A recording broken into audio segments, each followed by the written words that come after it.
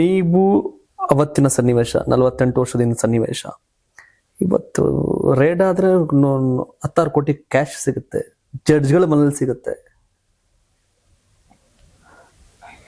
ಏನಾಗ್ತಿದೆ ಅಂತ ಒಂದು ಸಮಾಜ ಅಂದ್ರೆ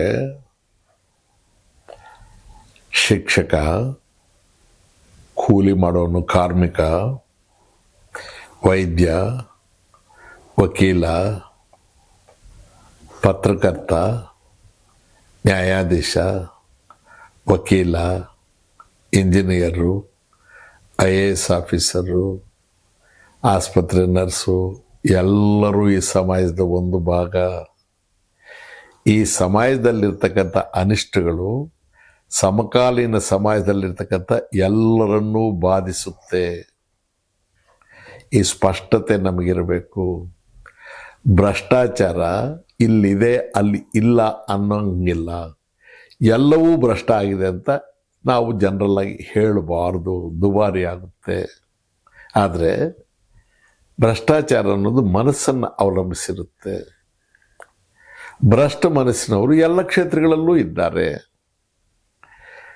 ಆದರೆ ಇಂಥದ್ದು ಮಾಡಿದಾಗ ಇದು ಅಪರಾಧ, ತಪ್ಪು, ಇದಕ್ಕೆ ಶಿಕ್ಷೆ ಆಗಬೇಕು ಅಂತ ಹೇಳ್ತಕ್ಕಂಥವ್ರು ಇಲ್ಲದೆ ಹೋಗ್ಬಿಟ್ರು. ಈಗ ಸಂವಿಧಾನ ಇದೆ.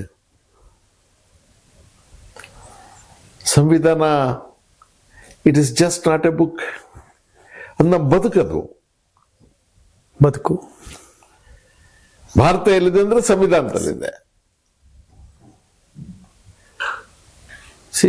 ಒಬ್ಬ ನ್ಯಾಯಾಧೀಶ ಆಗಿರ್ತಕ್ಕಂಥವನ ಮನೆಯಲ್ಲಿ ನೀವು ಹೇಳ್ದಂಗೆ ರೈಡ್ ಮಾಡೋದು ಅಥವಾ ಆಕಸ್ಮಿಕವಾಗಿ ಸಿಗೋದು, ದುಡ್ಡು ಸಿಕ್ಕಿದ್ರೆ ಅವನು ಸಸ್ಪೆಂಡ್ ಆದ್ನ, ಡಿಸ್ಮಿಸ್ ಆದ್ನ, ರಾಜೀನಾಮೆ ಕೊಟ್ನ, ಏನು ಇವತ್ತು ಈ ದೇಶದ ಜನರಿಗೆ ಗೊತ್ತಿಲ್ಲ, ನೀವು ಮಾತಾಡೋದಿಲ್ಲ.